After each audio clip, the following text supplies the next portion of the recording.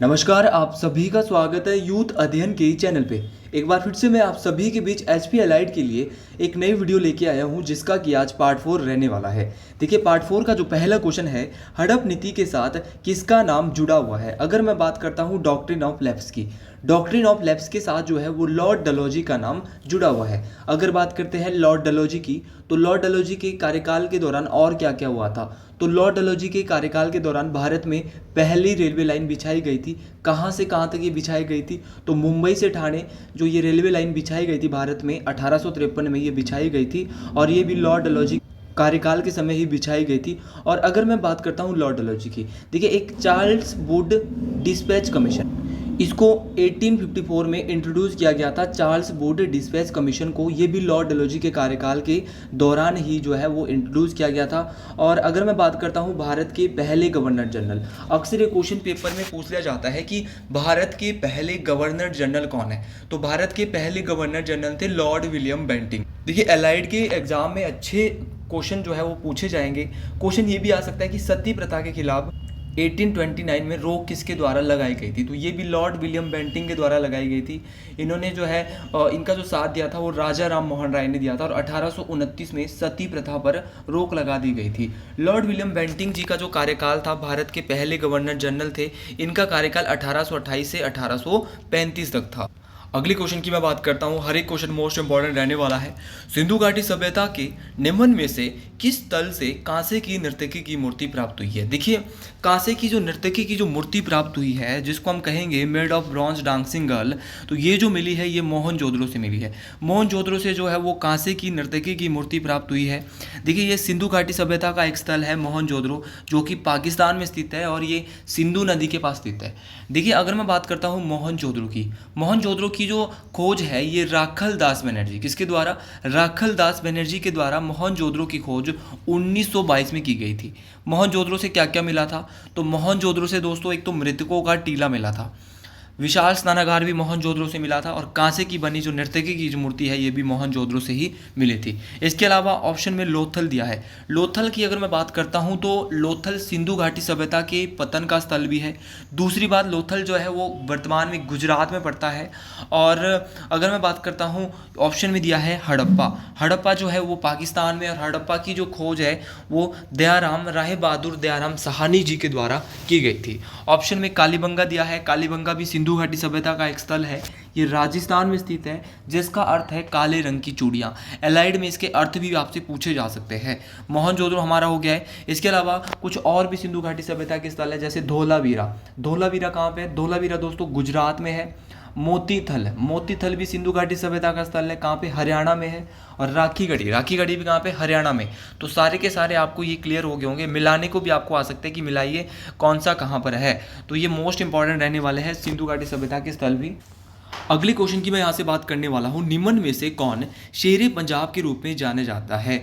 तो which who among the following is known as Shere Punjab. तो शेरे पंजाब के नाम से जो जाने जाते हैं, ये जाने जाते हैं लाला लाजपत राय। देखिए, क्वेश्चन आता है कि शेरे पंजाब के नाम से तो लाला लाजपत राय जाने जाते हैं। आईएनसी के प्रेसिडेंट जो है लाला लाजपत राय रहे थे, और कब रहे थे, किस अधिवेशन में रहे थे। तो मैं आपको यहाँ से बताना चाहता हूँ कि भारतीय राष्ट्रीय कांग्रेस के बहुत सारे अधिवेशन हुए थे। 1920 में जो इनका अधिवेशन, एक विशेष अधिवेशन हुआ था। 1920 में 2 अधिवेशन बुलाए थे भारतीय राष्ट्रीय कांग्रेस ने। एक तो हुआ था, जो मेन अधिवेशन हुआ था, ये हुआ था नागपुर में, जिसमें कि इनके अध्यक्ष थे CV राघवाचार्य। कौन थे, CV राघवाचार्य। 1920 में जो कांग्रेस का विशेष जो मेन अधिवेशन हुआ था, और जो विशेष अधिवेशन हुआ था ना, उसके वो 1920 में हुआ था, और कलकत्ता में हुआ था। और इसमें जो अध्यक्ष बनाए गए थे वो बनाए गए थे लाला लाजपत राय। इनको पंजाब केसरी के नाम से भी जाना जाता है, ये मोस्ट इंपॉर्टेंट है। इनका नाम जो है वो पेपर में पूछा जाता है। और जो विशेष अधिवेशन हुआ था, इसमें जो है वो लाला लाजपत राय जी को, जो कलकत्ता में बुलाया गया था 1920 का दूसरा विशेष अधिवेशन, इसमें लाला लाजपत राय जी को अध्यक्ष बनाया गया था। अगली क्वेश्चन की मैं बात, देखिए भैया, हर एक क्वेश्चन इसमें मोस्ट इंपॉर्टेंट रहने वाला है। लेकिन अगले क्वेश्चन में जाने से पहले हम यहाँ पे कुछ उपनाम भी देख लेते हैं। जैसे कि अगर मैं बात करता हूँ नेताजी, नेताजी के नाम से सुभाष चंद्र बोस को जाना जाता है। गुरुदेव के नाम से रविंद्रनाथ टैगोर जी को जाना जाता था। क्वेश्चन ये भी आता है लोकमान्य के नाम से किसे जाना जाता है, तो लोकमान्य के नाम से बाल गंगाधर तिलक जी को जाना जाता है। देश बंधु जी के नाम से किसे जाना जाता है, तो चित्तरंजन दास जी को देश बंधु के नाम से जाना जाता है। The grand old man of India, the grand old man of India के नाम से दादा भाई नौरोजी, किसको भैया, दादा भाई नौरोजी के नाम दादा भाई नौरोजी को the grand old man of India के नाम से जाना जाता था। महात्मा फुले, ज्योतिबा फुले को जो है वो महात्मा फुले के नाम से जाना जाता था। टाइगर ऑफ मैसूर टीपू सुल्तान, तो टाइगर ऑफ मैसूर जो है वो टीपू सुल्तान को जाना जाता। तो ये कुछ अन्य नाम थे जिनको उनके नाम से ही जाना जाता था। अगला क्वेश्चन है निम्न में से किस लेखक या कवि को शेक्सपियर के साथ उसकी तुलना की जाती है, तो ऐसा कौन सा लेखक या कवि है कि जिसकी तुलना जो है शेक्सपियर के साथ की जाती है, तो कालिदास की। तो अगर मैं कालिदास की बात करता हूँ तो इसकी तुलना जो है वो शेक्सपियर जी के साथ की जाती है। देखिए कालिदास जो है वो चंद्रगुप्त द्वितीय के दरबार में कवि थे, और अगर मैं बात करता हूँ चंद्रगुप्त द्वितीय के दरबार में कालिदास उनके दरबार में कवि थे, और चंद्रगुप्त द्वितीय के कार्यकाल के दौरान ये एक चीनी यात्री ही फाहियान, क्या नाम था इनका, फाहियान जो है वो भारत आया था। देखिए कालिदास की बात वापस करते हैं, चंद्रगुप्त द्वितीय के शासनकाल के दौरान तो फाहियान भारत आया था। लेकिन क्वेश्चन आता है कि जो कालिदास है, कालिदास के महाकाव्य है, दो महाकाव्य है। एक तो है रघुवंशम और दूसरा है कुमार संभवम। तो रघुवंशम और कुमार संभवम जो महाकाव्य है ये कालिदास के, दो इनके खंड काव्य भी है, एक मेघदूतम है, एक ऋतुसंहार है। तो दो खंड काव्य, दो महाकाव्य है। महाकाव्य में आता है रघुवंशम और कुमार संभवम, और खंड काव्य में आता है मेघदूतम और ऋतुसंहार। देखिए कुछ इनके तीन नाटक भी है जो बड़े फेमस है। एक तो अभिज्ञान शकुंतलम, दूसरा है विक्रमोर्वशीयम, तीसरा मालविका निमित्रम। तो मालविका निमित्रम भी इनका ही है, विक्रमोर्वशीयम भी इनका ही, और अभिज्ञान शकुंतलम भी कालिदास का ही है। बीजक जो है वो कबीर का है, यह आपने याद रखना है। तुलसीदास ने जो है रामचरितमानस लिखा है। अगले क्वेश्चन की मैं यहाँ से बात कर रहा हूँ, हर एक क्वेश्चन मोस्ट इंपॉर्टेंट है। किस मुगल सम्राट के लिए यह कहा जाता था कि वह अपने जीवन में लड़खड़ाता रहा और लड़खड़ाते हुए चला गया। देखिए ऐसे जो शब्द मेरे निकल रहे हैं वो हुमायूं के लिए, हुमायूं को जो है ये शब्द जो है वो कहे जाते थे कि अगर हुमायूं की बात करता है तो यार इसने अपने कार्यकाल के दौरान जो है वो चला ही रहा, और उस टाइम जो है ये सिंहासन भी अच्छे से नहीं कर पाया था हुमायूं, ये जो अपने जीवन में लड़खड़ाता रहा और लड़खड़ाते हुए चला गया। बाबर जो है, अगर बात करते हैं सबसे पहले बाबर की, बाबर ने जो है वो मुगल वंश की नींव रखी थी, मुगल वंश की स्थापना की थी भारत में। इन्होंने पानीपत का पहला युद्ध लड़ा था 1526 में, और इब्राहिम लोदी को हरा दिया था। इब्राहिम लोदी को हराकर इन्होंने भारत में मुगल सल्तनत की नींव रखी थी। इसके बाद इन्होंने खानवा की लड़ाई लड़ी थी, चंदेरी की लड़ाई लड़ी थी, और घाघरा की लड़ाई भी बाबर ने लड़ी थी, और 1530 में बाबर की मृत्यु हो गई थी। तो ये सारे युद्ध भी आपने सारे के सारे याद रखने। 1527 में खानवा का हुआ था, 1528 में चंदेरी का हुआ था, 1529 में घाघरा का हुआ था, और 1530 में बाबर की मृत्यु हो गई थी। देखिए बाबर की एक आत्मकथा है जो पेपर में बहुत ज़्यादा पूछी जाती है, जिसका नाम है तुजुक ए बाबरी। उसको जो है तुजुक ए बाबरी को बाबरनामा के नाम से भी जाना जाता है। ये बात आपने याद रखनी है कि तुजुक ए बाबरी को बाबरनामा के नाम से भी जाना जाता है। और बाबरनामा जो है वो किस भाषा में लिखी गई थी, तो बाबरनामा जो है ये तुर्की भाषा, किस भाषा में दोस्तों, तुर्की भाषा में जो है वो बाबरनामा लिखी गई थी। इसके अलावा हुमायूं की भी बात कर लेते हैं, इन्हीं की बात हो रही थी। हुमायूं की आत्मकथा का नाम है हुमायूं नामा, जो कि गुलबदन बेगम जी के द्वारा लिखी गई थी। लेकिन ये हुमायूं नामा जो है ये किस भाषा में लिखी गई थी, तो हुमायूं नामा जो है ये फारसी भाषा में लिखी गई थी। ऑप्शन में अकबर भी दिया है। अकबर की बात करता हूँ तो अकबर जो है हुमायूं के बाद आए थे, और 1556 में इन्होंने पानीपत की दूसरी लड़ाई में हेमू को हराकर जो है वो भारत में मुगल सल्तनत की जो एक सल्तनत है उसको जो और मजबूत किया था। अकबर के द्वारा ही दीन ए इलाही की स्थापना भी की गई थी। ये भी मोस्ट इंपॉर्टेंट क्वेश्चन बन जाता है कॉम्पिटिटिव परीक्षाओं के लिए और अन्य परीक्षाओं के लिए। तो अकबर के द्वारा बहुत सारे कार्य किए गए। अगले क्वेश्चन की मैं यहाँ से बात करता हूँ, when was Mohammad Ghaznavi robbed Somnath temple. देखिए मोहम्मद गजनवी ने सोमनाथ मंदिर को कब लूटा। पहला क्वेश्चन तो ये बनता है कि सोमनाथ मंदिर को कब लूटा, तो ये लूटा भैया 1025 में। लेकिन लूटा कांगड़ा को 1025 में जो है वो महमूद गजनवी ने सोमनाथ मंदिर को लूटा। ये सोमनाथ मंदिर कहाँ पे है, सोमनाथ मंदिर जो है ये गुजरात में स्थित है, ये भी आपने याद रखना है। इसके अलावा महमूद गजनवी ने भैया कांगड़ा को भी लूटा, जो मेरे मुंह से अभी थोड़ी देर पहले निकल भी गया था पहले ही आपका आंसर। तो 1009 में कांगड़ा को लूटा और याद रखना है। इसके अलावा अगर मैं बात करता हूँ महमूद गजनवी के शासनकाल के दौरान, कार्यकाल के दौरान एक दरबारी कवि होते थे जिनका नाम था फिरदौसी। फिरदौसी हुआ करते थे और फिरदौसी ने एक इम्पॉर्टेंट ग्रंथ की रचना भी की थी जिसका नाम था शाहनामा। तो मोस्ट इंपॉर्टेंट ये क्वेश्चन रहता है कि शाहनामा के रचयिता कौन है, तो शाहनामा के रचयिता जो है वो फिरदौसी है। ये भी आपने याद रखना है, मोस्ट इंपॉर्टेंट है। अगले क्वेश्चन की बात करते हैं, who was the founder of Chishti साम्राज्य। तो चिश्ती संप्रदाय के संस्थापक जो थे, अगर मैं बात करता हूँ चिश्ती संप्रदाय की पूरे विश्व में, तो 930 में, यहाँ ऑप्शन में तो नहीं दिया है, तो 930 में होते थे अबू इश्क शमी। तो अबू इशाक शमी जो होते थे, इनके द्वारा जो है वो चिश्ती संप्रदाय की स्थापना की गई थी। लेकिन 930 ईस्वी में, याद रखना, ये इन्होंने स्थापना की थी। लेकिन यहाँ ऑप्शन में तो अबू इश्क शमी नहीं दिए हैं, इशाक शमी, लेकिन एक यहाँ पे नाम दिया अबू अब्दाल। तो अगर चिश्ती संप्रदाय की दोस्तों बात हो रही है, ध्यान से समझना है, एलाइड के पेपर में ऐसे ही क्वेश्चन आएंगे। तो यहाँ पे अबू अब्दाल दिया है, तो अबू अब्दाल के समय जो है वो चिश्ती संप्रदाय फला फूला था। लेकिन क्वेश्चन एक और आता है कि भारत में जो है वो चिश्ती संप्रदाय की जो स्थापना है वो किसके द्वारा की गई थी। तो भारत में जो है वो 1192 में चिश्ती संप्रदाय की स्थापना मोइनुद्दीन चिश्ती, किसके द्वारा की गई थी, मोइनुद्दीन चिश्ती के द्वारा की गई थी। अगले क्वेश्चन की बात करते हैं, बंगाल विभाजन की घोषणा किस वर्ष हुई। तो बंगाल विभाजन की अगर मैं घोषणा की बात करता हूँ तो ये 1905 में हुई। और बंगाल विभाजन की घोषणा 1905 में, उस समय भारत की वॉयसरॉय कौन थे, तो वो थे लॉर्ड कर्जन। ये भी आपने याद रखना है, मोस्ट इंपॉर्टेंट है। लॉर्ड कर्जन वॉयसरॉय होते थे जब भारत में बंगाल का विभाजन हुआ था। इसके अलावा आईएनसी से क्वेश्चन बार बार आते हैं, हमेशा आते हैं। तो आईएनसी के 1905 में अध्यक्ष कौन थे। तो आईएनसी के जो 1905 में अध्यक्ष थे, ये जो थे ये पहले तो पता होना चाहिए कि 1905 में कांग्रेस का अधिवेशन कहाँ हुआ था, तो बनारस में हुआ था। अध्यक्ष थे महात्मा गांधी के राजनीतिक गुरु गोपाल कृष्ण गोखले। तो याद रखना है, 1905 में जो कांग्रेस का बनारस अधिवेशन होता है, इसमें अध्यक्ष जो बनाए जाते हैं ये गोपाल कृष्ण गोखले बनाए जाते हैं। इसके अलावा 1903 की भी बात कर ले तो 1903 में भी कांग्रेस का अधिवेशन होता है, मद्रास में होता है, जिसमें लाल मोहन घोष को अध्यक्ष बनाया जाता है। 1907 में कांग्रेस का सूरत अधिवेशन होता है। सूरत अधिवेशन में कांग्रेस का विभाजन नरम दल और गरम दल में हो जाता है। साथ में आपने याद रखना है कि अगर मैं बात करता हूँ 1907 में जो अध्यक्ष थे कांग्रेस के, इनका नाम था डॉक्टर रास बिहारी घोष। इसके अलावा 1911 में कांग्रेस का अधिवेशन फिर से कलकत्ता में होता है और यहाँ पे जो है वो सर्वप्रथम राष्ट्रगान गाया जाता है और अध्यक्ष होते हैं वो पंडित विशनधर नारायण जी होते हैं। अगले क्वेश्चन की बात करते हैं, महात्मा गांधी ने खेड़ा आंदोलन किस वर्ष चलाया था। तो अगर बात करते हैं महात्मा गांधी की, एलाइड सर्विसेज में आपको जो है वो महात्मा गांधी पढ़ के जरूर जाना होगा, सभी को जाना होगा। ऐसा नहीं है कि कोई बच्चा महात्मा गांधी पढ़ के ना जाए, क्योंकि महात्मा गांधी से यहाँ पे क्वेश्चन बनते ही बनते हैं। एलाइड सर्विसेज का एक वो रहता है, पैटर्न रहता है। तो महात्मा गांधी ने खेड़ा आंदोलन जो है वो चलाया था 1918 में।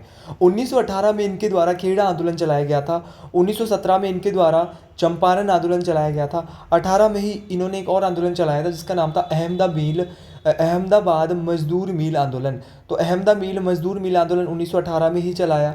खेड़ा आंदोलन भैया हो गया 1918 में ही चलाया। रोलेक्ट एक्ट 1919 में आया और जलियांवाला बाग हत्याकांड भी 1919 में ही आया।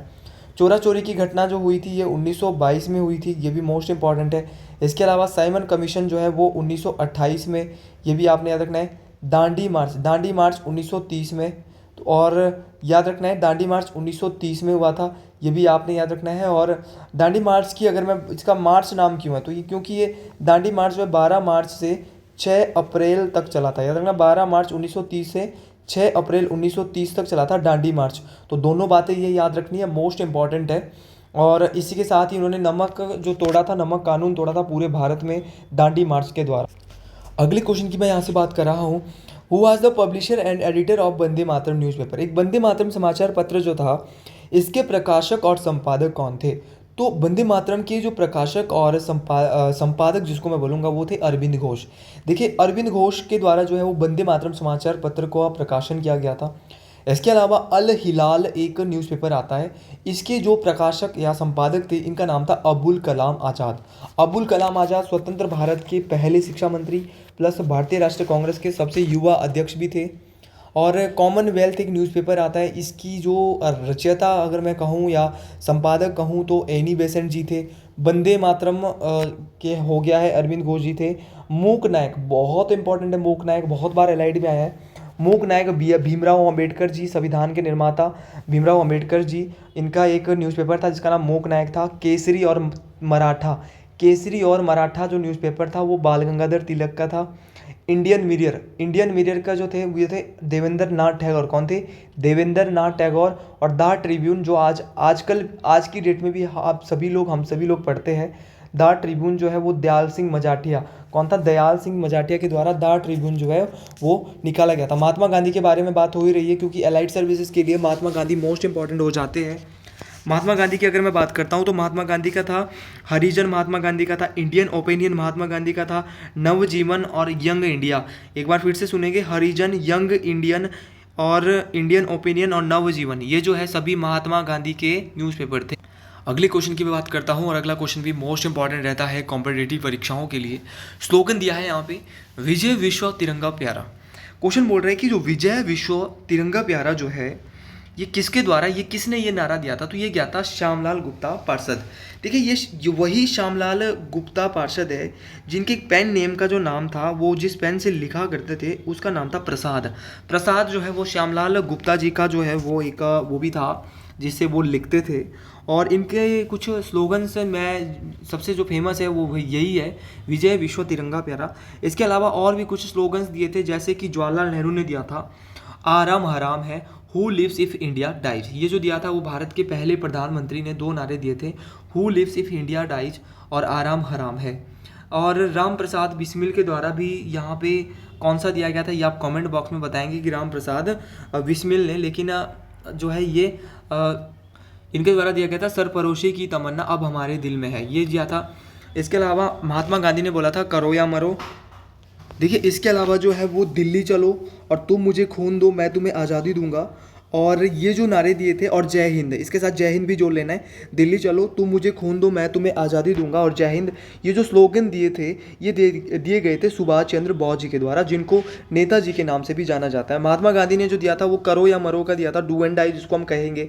मोस्ट इंपॉर्टेंट रहता है वेदों की और लौटो मिलाने को, ये आपको स्टेटमेंट बेस्ड में आ सकते हैं, तो आपको मैं सारे क्वेश्चन तभी एक साथ बता रहा हूँ। वेदों की और लौटो जिसको हम बैक टू वेदास बोल सकते हैं, ये दिया गया था दयानंद सरस्वती के द्वारा। इसके अलावा सारे जहाँ से अच्छा हिंदुस्तान हमारा नारा जो दिया था ये मोहम्मद इकबाल के द्वारा दिया गया था। साइमन कमीशन गो बैक के जो नारे लगाए थे ये लाला लाजपत राय जी के द्वारा लगाए गए थे। वंदे मातरम जो बोला गया था ये बंकिम चंद्र चटर्जी के द्वारा। और एक और नारा जय जवान जय किसान, जय जवान जय किसान दिया था लाल बहादुर शास्त्री ने, और जय जवान जय किसान जय विज्ञान दिया था अटल बिहारी वाजपेयी जी ने। तो ये सारी चीज़ें आपने याद रखनी है, मोस्ट इंपॉर्टेंट है, कॉम्पिटिटिव एग्जाम में आने वाली चीज़ें हैं। और अगर मैं अटल बिहारी वाजपेयी जी की बात करता हूँ तो ये सबसे कम दिनों के प्रधानमंत्री भी थे। आज के कुछ आखिरी क्वेश्चंस की मैं बात करता हूँ। निम्नलिखित में से किस विदेशी आक्रमणकारी ने सन 1009 में कांगड़ा पर आक्रमण किया था?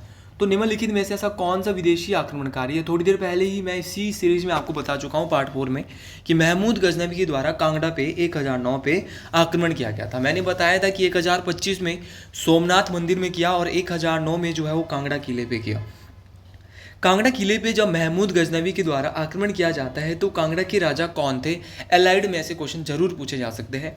तो जब 1009 में महमूद गजनवी ने कांगड़ा किले पे आक्रमण किया था तो कांगड़ा के जो राजा थे इनका नाम था राजा जगदीश चंद। इस प्रकार जो है वो अन्य आक्रमणकारियों के द्वारा भी कांगड़ा पे आक्रमण किए गए थे। जैसे 1337 में जो आक्रमण किया था कांगड़ा किले पे वो किया था मोहम्मद बिन तुगलक ने 1337 में किया था। और जब मोहम्मद बिन तुगलक ने किया था तो कांगड़ा के राजा थे पृथ्वी चंद। उसी प्रकार 1365 में जो आक्रमण करते हैं वो करता है फिरोज शाह तुगलक। और 1365 में जब कांगड़ा पे आक्रमण किया था फिरोज शाह तुगलक ने तो कांगड़ा के राजा थे रूपचंद। अगले क्वेश्चन की मैं यहाँ से बात कर रहा हूँ। हर एक क्वेश्चन मोस्ट इंपॉर्टेंट है। हिमाचल के अब क्वेश्चन लेके आया हूँ लास्ट में। ये हमारे चैनल का ऑफिशियल लोगो जो रहेगा। पार्वती और उहल नामक नदियाँ डैश की सहायक नदियाँ। जो पार्वती और उहल जो है वो किसकी सहायक है? तो पार्वती और उहल जो है वो ब्यास की सहायक है। इसके अलावा ब्यास की और कौन कौन सी इंपॉर्टेंट रिवर्स है जो ब्यास की सहायक है, जो पेपर में पूछी जा सकती है। पेपर का लेवल इस बार अच्छा रहने वाला है एलाइड का। और अगर आपको वीडियो अच्छी लग रही है तो आप इसको लाइक, सब्सक्राइब और अपने दोस्तों तक शेयर करें जो एलाइड के अलावा दूसरी परीक्षाओं की भी तैयारी कर रहा है। तो अगर मैं बात करता हूँ ब्यास की सहायक नदियों की, तो पार्वती हो गया, ऊहल हो गया, सेंज हो गया, बनेर हो गया, बाणगंगा हो गया, हारला हो गया। तो ये इंपॉर्टेंट सहायक नदियाँ हैं।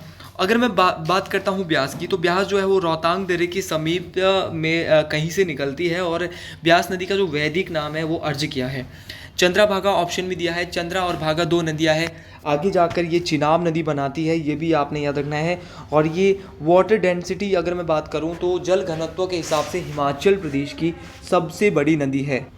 अगले क्वेश्चन की बात करते हैं, निम्नलिखित में से कौन सी झील चंबा जिले में स्थित नहीं है।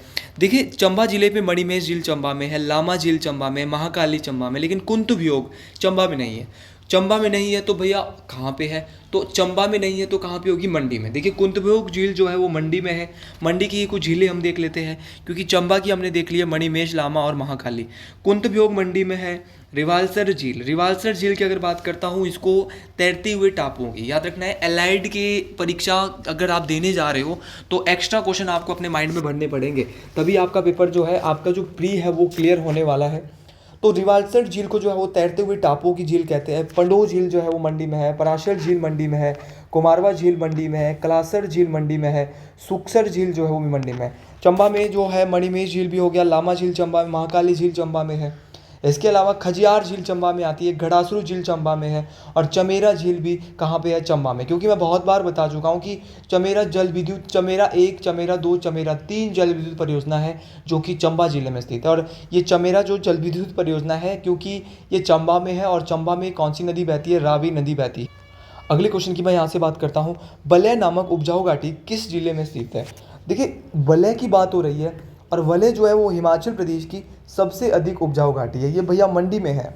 देखिए मंडी में है वलय घाटी, इमला बिमला घाटी मंडी में है, सिकंदर धार मंडी में है। बहुत इंपॉर्टेंट है, ये सारी की सारी चीज़ें आपको याद रखनी है, मोस्ट इंपॉर्टेंट है एग्जाम के पॉइंट ऑफ व्यू से। यहाँ पे ऑप्शन में जो है वो, अगर मैं चंबा की बात करूँ, सिरमौर दिया है, सिरमौर की भी बात करेंगे। सिरमौर में है क्यारदादून घाटी, जिसको जो है पोंटा घाटी के नाम से भी जाना जाता है। और किन्नौर में जो है वो एक तो है बसपा घाटी, जिसको सांगला घाटी के नाम से भी जाना जाता है, जो किन्नौर में है। हंगरंग वैली या हंगरंग घाटी, ये भी किन्नौर में है। रूपा घाटी किन्नौर में है।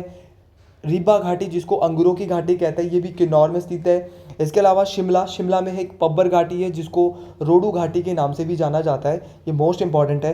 क्यारदादून घाटी पोंटा में है, लेकिन दून घाटी कहाँ पे है, तो दून घाटी सोलन में है, ये भी आपने याद रखना है, मोस्ट इंपॉर्टेंट है, ये भी पेपर में आने वाली ये सारी चीज़ें हैं। इसके अलावा एक और घाटी है दूध और शहद की घाटी, जिसको हम बंदर घाटी भी कहते हैं, ये चंबा में स्थित है। जिस तरह ये मैं आपको फास्ट में बता रहा हूँ, उसी तरह आपने ये सारी चीज़ें याद कर लेनी है, क्योंकि ये मोस्ट इंपॉर्टेंट चीज़ें हैं और एग्जाम ओरिएंटेड चीज़ें हैं, आपको जो है ये परीक्षाओं में काम आने वाली है। आज का आखिरी क्वेश्चन मुझे ये वैसे मुझे नहीं लाना था, लेकिन एलाइड के लिए मोस्ट इंपॉर्टेंट बनते हैं ऐसे क्वेश्चन, तो ऐसे क्वेश्चन आपने ज़रूर पढ़ लेने हैं। हिमाचल प्रदेश के संदर्भ में ध्याटू या धाटू क्या है। देखिए धाटू जो है ये ना तो एक ट्रेडिशनल पुडिंग है, ना ट्रेडिशनल म्यूजिक इंस्ट्रूमेंट है। तो ढाटू जो है ये सिरमौर और जो ऊपरी एरिया है ना, सिरमौर शिमला, वहाँ पे जो ढाटू जो है महिलाओं के द्वारा एक पहना जाता है। ये उनकी जो सर पे ये ढाटू जो पहना जाता है, और ढाटू पहन के जो है वो ऐसा माना जाता है कि ढाटू जो है वो बाल नहीं दिखाती है औरतें, और वो अपना जो है वो ज़्यादातर जो है घर में क्या पहनती है, ढाटू पहनती है। तो ढाटू एक वस्त्र टाइप है जिसको कि सर में पहना जाता है। तो आज के लिए इतना ही। अगर आपको हमसे जुड़ना है टेट कमीशन के लिए, तो आप हमसे जुड़ सकते हैं। ये हमारा व्हाट्सएप कॉन्टैक्ट हमने यहाँ पे दिया है। अगर आपका टेट है, और ये फिर से मैं यहाँ पे नोट करता हूँ, 7876145409। तो ये हमारा यहाँ पे कॉन्टैक्ट नंबर है 7876145409। आप हमसे जुड़ सकते हैं और नोट्स भी हम आपको प्रोवाइड करवा सकते हैं थोड़े बहुत। तो आज के लिए इतना ही। जय हिंद, जय हिमाचल प्रदेश। और वीडियो अच्छी लगी हो तो हर हर महादेव एक बार ज़रूर लिखें।